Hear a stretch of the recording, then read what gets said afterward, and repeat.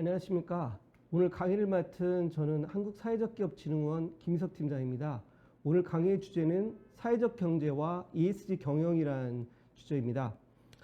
주로 중소기업, 사회적 기업 등 사회적 가치 공급자 관점에서의 ESG 경영에 대하여 설명드리도록 하겠습니다. 오늘 준비한 목차는 ESG 열풍, 폭풍, 그리고 ESG란 무엇인가, 그리고 사회적 가치와 ESG 경영, 그리고 ESG 경영 활동의 개념, 사회적 기업에게 기회인가 위기인가, 정부 ESG 관련 정책 개요, 그리고 마지막으로 사회적 경제 기업의 ESG 경영 환경 대응 방안이라는 주제로 강의를 진행해 볼까 합니다.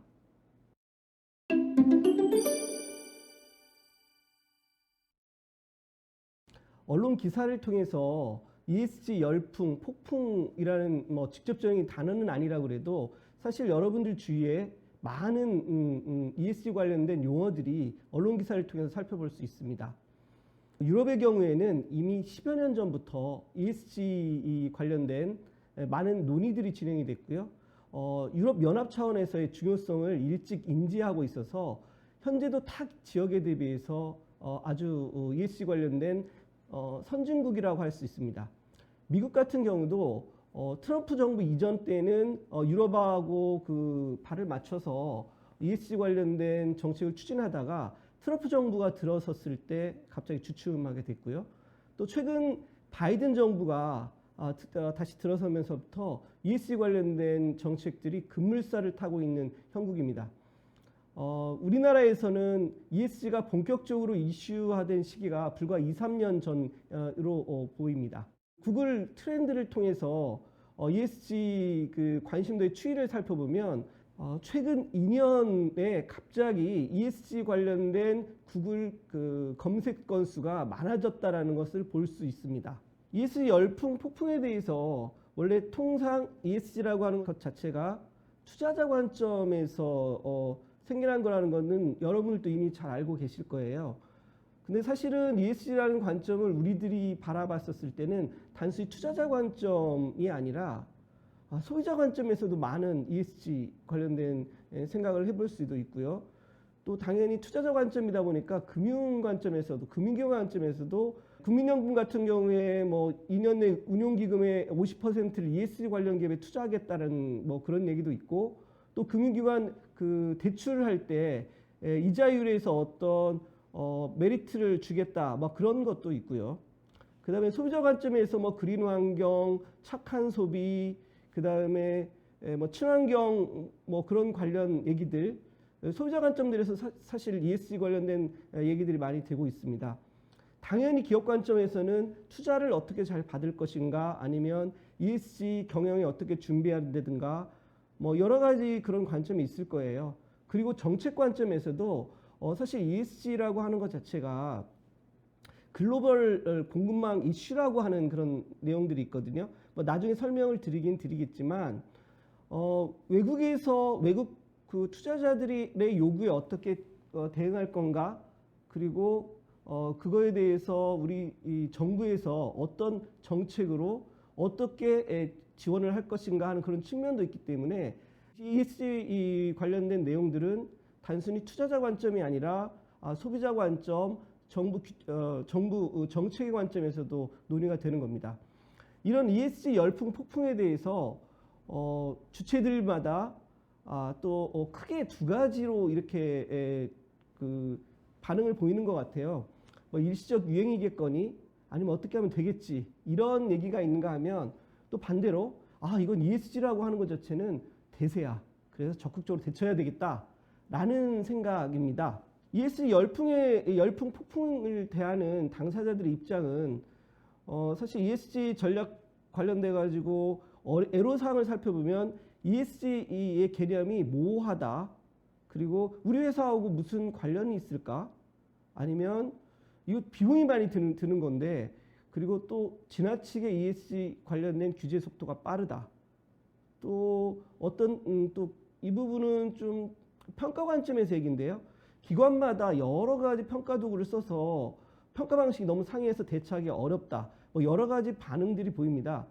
ESG 관련된 대기업들 같은 경우는 좀 어느 정도 준비가 됐다라고 하지만 사실 ESG 기업 같은 경우 ESG 기업에 대해서 어떻게 준비됐느냐 그 부분에 대해서는 도표 중간에 나와 있는 것처럼 머리를 극적극적거리고 계시는 분, 이분처럼 참 대략 난감하다 이런 내용입니다.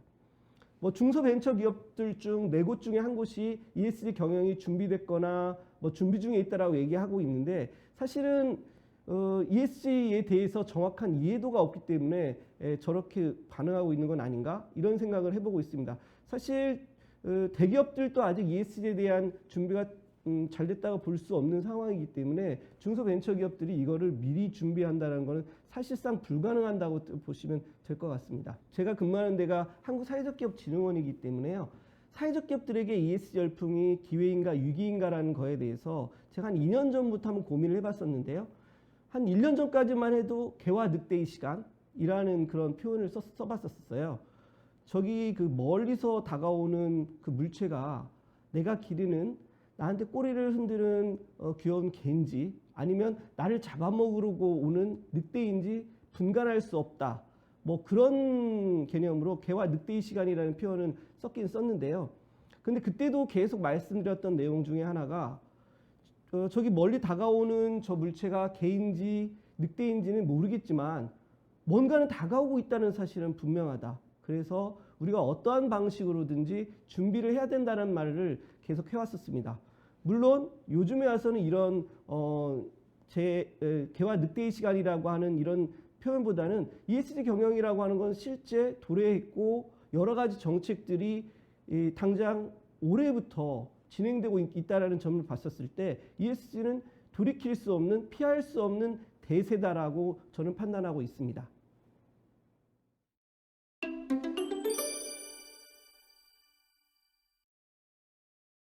ESG는 여러분들이 잘 아시는 것처럼 인바이러먼탈의 E, 소셜의 S, 거버넌스의 G의 약자입니다. 여기서 열거되고 있는 내용들을 보면 환경 부분에 관련돼서는 기업의 친환경 경영이라는 그런 측면에서 기후변화, 탄소 배출, 뭐 환경오염, 뭐 에너지 효율, 뭐 생물 다양성, 생태계 보호 막 이런 부분인 것 같고요. 소셜 부분은 사실은 사회적 기업들이나 사회적 경제에 친숙한 분들 입장에서는 상당히 좀 뭐 이런 게 소셜이야? 라고 할 정도로 조금 뭐 어찌 보면 너무나 당연히 기업으로서 지켜야 될 내용들로 이렇게 돼 있습니다. 예를 들어서 고객 만족, 데이터 보호, 프라이버시, 뭐 인권, 성별 평등, 그다음에 지역사회 관계, 공급망 관리, 근로자 안전 관리. 어찌 보면 사회적 기업들 입장에서는 너무 당연히 기업으로서 지켜야 될 내용들이라고 볼 수 있습니다. 마지막으로 거버넌스라고 하는 그런 부분들은 오히려 사회적 경제 영역에서나 이런 부분에서는 협치라는 그런 부분으로 이렇게 해석을 하고 있는데 그런 개념은 아닌 것 같습니다. 오히려 지켜보겠다. 기업의 투명한 경영 그런 쪽이 오히려 가까운 것 같습니다. 이 역시 구체적으로 살펴보면 기업이 투명한 지배구조를 유지하기 위해서 이사회 감사회 구성을 어떻게 할 것인가, 그 다음에 반부패에 연루되지 않도록 어떻게 스크리닝하는 제도가 있는 건가, 아니면 무슨 기업 윤리를 어떻게 지키고 있는 건가 하는 이런 부분이라고 보시면 될 것 같습니다. 근데 흔히들 ESG에 대해서 설명을 할 때 환경이 가장 우선이고 그 다음에 소셜, 그 다음에 거버넌스라고 이렇게 착각하시는 분들도 계신데 사실은 그렇지는 않습니다.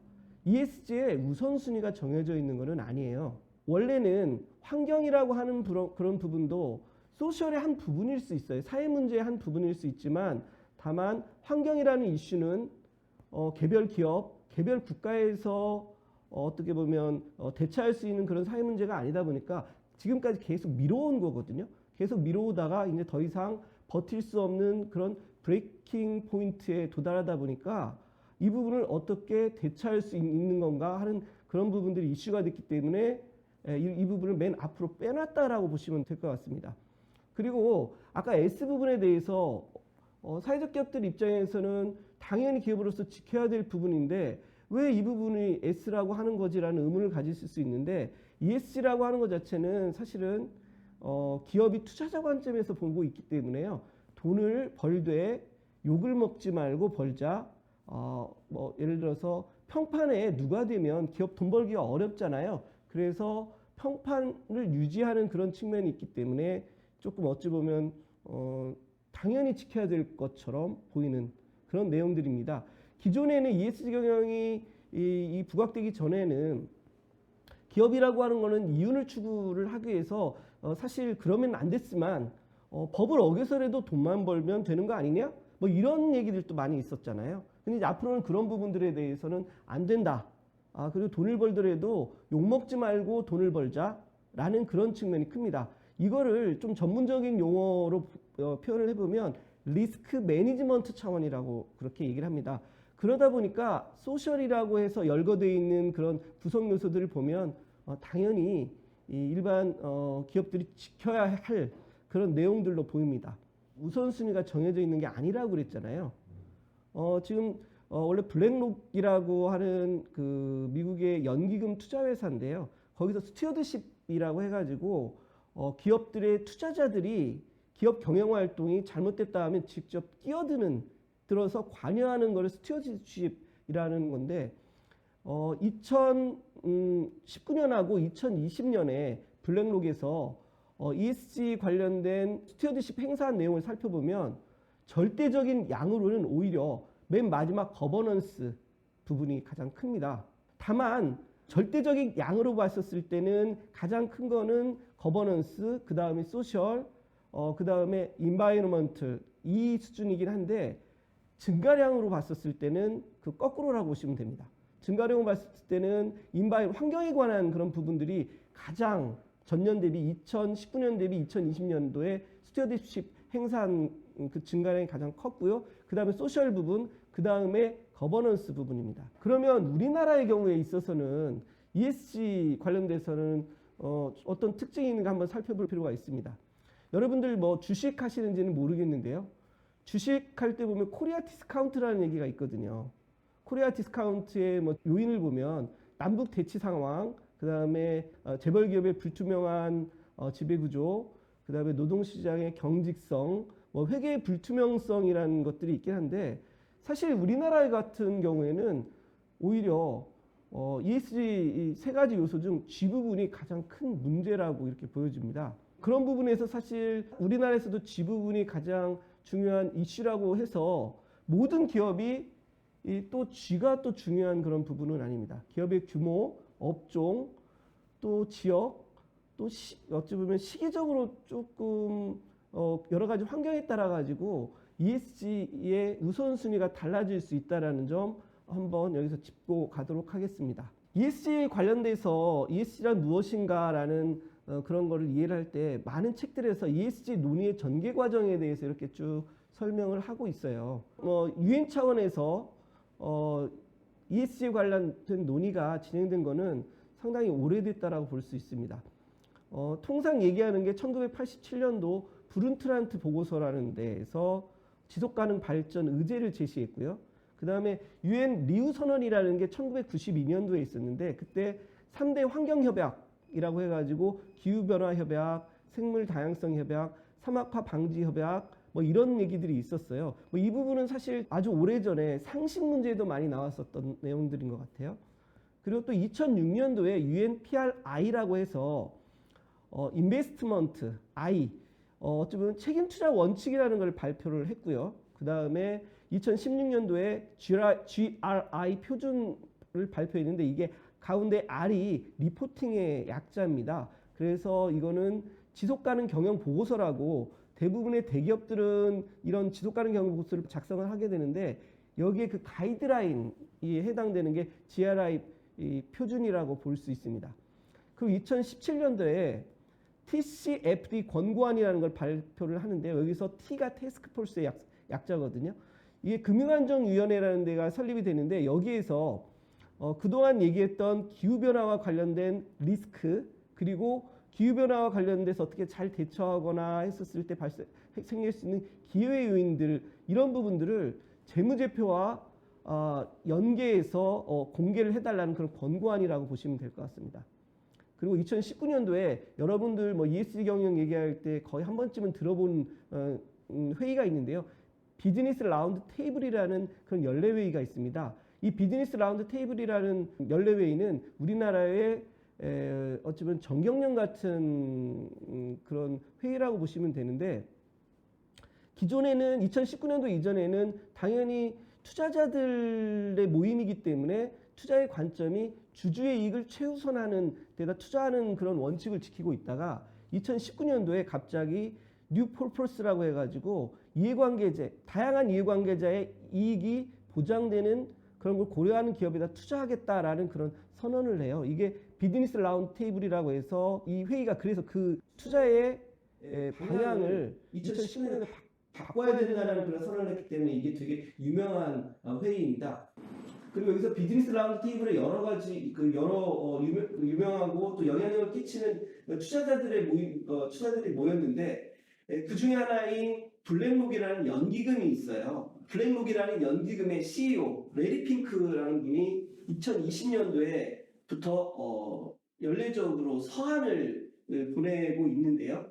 여기에 있는 내용들이 많은 ESG 관련된 이슈, 그리고 ESG 관련돼서 방향이나 이런 부분을 많이 참고할 만한 내용들이 많습니다. 그 2020년도에 세계경제 포럼이라는 데서 지속가능한 가치 측정 가이드라인에 대한 얘기가 있었습니다. 그리고 오른쪽에 보시면 제가 아까도 잠깐 말씀을 드렸는데, 구체적으로는 ESG 관련된 논의들이 꾸준히 진행되어 왔지만 우리나라는 최근 2년 이내에 갑자기 ESG 관련된 이슈가 급물살을 탔다는 말씀드렸죠. 그거는 사실은 바이든 취임 이후입니다. 아무래도 우리나라가 미국과의 교역량이라든가 그런 부분들이 경제적인 그런 교류 관계가 많기 때문에 바이든 취임 이후에 ESG 관련된 이슈가 급물살을 탔다라 이렇게 보시면 될 것 같습니다. 그리고 ESG 관련된 그 논의를 얘기할 때 그냥 재밌는 얘기로 BBC라는 걸 말씀을 하는 경우들이 많아요. 비즈니스 라운드 테이블, 그 다음에 바이든, 코비드-19, 이게 ESG 관련된 가장 큰 영향을 미친 사건이다 해가지고 요즘 강의를 하면서 재밌게 표현하는 게 BBC라는 용어가 있어서 한번 재밌게 해보려고 설명을 드려봤습니다. 오랜 시간을 거쳐서 UN 차원에서 여러 가지 논의들이 됐다라고 말씀드렸었으니까, 사실 대기업들은 그 각각 하나하나를 살펴보는 데 의미가 있을지는 모르겠지만, 저희처럼 중소기업이나 사회적 기업들은 그런 게 있구나라는 정도에서 그냥 가볍게 이해하시면 됩니다. 사실은 앞에 내용을 제가 설명한 이유는 이 도표 때문에 지금 설명하려고 그러는 거예요. 오랜 시간을 거쳐서 여러 가지 가이드라인 논의가 됐지만 그 모든 논의의 목표는 딱 하나, UN 지속가능 발전 목표 Save the Earth라고 보시면 될 것 같습니다. 이게 이 Save the Earth라고 하는 UN 지속가능 발전 목표라는 이런 목표 달성을 위해서 실행 관점에서는 ISO 2600, 사회적 책임 경영 글로벌 가이드라인, 그 다음에 예를 들어서 경영활동 공개 관점에서는 ESG 공시 의무화, 그 다음에 아까도 말씀드린 것처럼 투자자들이 어떻게 기업들이 ESG 경영활동을 하고 있는지 잘 알 수 있도록 보여달라는 그 보고서, 그게 지속가능 경영 보고서 가이드라인이라고 보시면 되고요. 그 다음에 평가 관점에서 당연히 ESG 평가지표 측정도구 얘기가 나오는 거고, 그 다음에 정보 공개 관점에서 ESG 정보 공개 가이던스라고 해서 여러 가지 가이던스나 이런 부분들이 여러 주체들에 의해서 각종 가이드라인이 나오는데, 이 부분은 그 개별 하나하나를 보려고 그러면 너무 복잡하고 어려워 보입니다. 여러분들이 절대 그런 거 하실 필요가 없는 상황이거든요. 딱 여러분들 한 가지 생각을 하셔야 될 거는 모든 이런 가이드라인이나 논의들이 딱 하나로 모인다는 거. UN 지속가능 발전 목표 Save the Earth, 지구를 구한다는 그런 목표라는 그런 점을 보시고 여러 가지 가이드라인들 쭉 보시면 이해하시기가 쉬우실 거예요. 제가 아까도 말씀드렸지만 여러 가지 ESG 가이드라인이나 이런 부분들이 있는데, 우리나라에서는 최근 KESG 가이드라인이라든가 아니면 중소기업 ESG 가이드라인이라는 것을 만들게 됐어요. 근데 최초에 이 부분에 대해서 왜 KESG 평가 도구, 측정 도구, 중소기업 ESG 평가 지표 이런 용어를 왜 안 쓰는 줄 아세요? 사실은 ESG 이슈라는 것 자체가 우리나라 정부에서 뭐 지구를 살리기 위해서 이러이러한 경영활동을 합시다 해가지고 막 이렇게 내세우는 것도 아니고, 사실은 아까도 말씀드린 것처럼 외국에 있는 투자자들이 요구를 하는 거거든요. 우리는 거기에 맞추는 그런 위치에 있는 거라고 보시면 됩니다. 외국의 투자자들이 사실 이게 가불관계라는 표현이 뭐 적절할지는 모르겠지만 쉽게 설명하기 위해서 이걸 좀 도입을 해보면 ESG 경영환경 관련돼 가지고 최고의 갑은 외국에 있는 ESG 경영 선진국들에 있는 투자자들입니다. 그리고 을에 해당되는 기업들이라고 하면 그 ESG 선진국들에서 투자자들이 개별 기업들의 ESG 관련된 활동들을 살펴볼 수 있도록 이렇게 법제화해주는 외국의 정부라고 보시면 될 것 같습니다. 우리나라 같은 경우에는 어떤 수출이나 해외 수출이나 이런 부분에 주로 의존하고 있기 때문에 대기업은 갑을 병, 정 정도에 해당될 거라고 보입니다. 왜냐하면 저희 나라 정부가 그 중간에서 외국 기업과 우리나라 기업의 중간에서 어떤 정책이라든가 이런 부분들을 좀 어느 정도 조정해주는 역할을 하기 때문에 그렇다라고 보시면 됩니다. 그래서 사실은 KES 평가 지표라고 할 수가 없는 거예요. 정부에서 이런, 물론 그 준비하는 우리 기업들 입장에서는 뭐 하나로 딱 통일해주면 참 좋긴 좋겠지만, 투자자들 입장에서는 자기가 중요시 여기는 ESG 이슈들이 다르기 때문에 자기가 투자 대상을 선정하는 그런 평가 도구를 각각 새로 만들어서 할 수 있는 그런 상황인데, 우리나라의 정부에서 만든 가이드라인에 따라서 투자라고 우리가 요구할 수 있는 상황이 아니잖아요. 그래서 사실 KESG 가이드라인, 중소기업 ESG 가이드라인이라는 표현을 쓰지 평가 도구나 평가 지표라는 말을 쓰고 있지 않는 상황입니다. 2019년도에 비즈니스 라운드 테이블 선언 내용 중에 스테이크홀더 캐피털리즘이라는 용어가 나와요. 기업의 경영활동이 기존의 주주의 이익을 최대로 하는 그런 투자하겠다는 관점에서 다양한 이해관계자, 모든 이해관계자들의 그 이해관계를 고려하겠다는 방향으로 바뀌었다고 얘기했잖아요. 일종의 기업 경영활동의 패러다임의 변화라고 볼 수 있습니다. 여기서 1번 뭐 고객 관점, 직원의 투자, 협력사 관계, 지역사회 지원, 그 다음에 주주를 위한 장기 투자라고 이렇게 조금 제가 정리를 해봤는데, 여기 있는 내용들 사회적 기업들 입장에서는 되게 친숙한 것 아닌가요? 사회적 기업 인증 요건에서도 많이 이런 얘기들이 나오잖아요. 그리고 그 다음에 비즈니스 라운드 테이블 내용들을 한번 이렇게 도표로 한번 정리를 해봤어요. 기존의 경영활동이 주주 자본주의였다라고 그러면 ESG 경영환경활동에서는 이해관계자 자본주의다. 그리고 좌측에 보시면 파란색으로 이렇게 딱 표시되어 있는 주주, 재무적 관점, 단기적 수익, 재무제표, 공시 이런 부분들 이외에 비재무적 요소가 포함된다는 거거든요.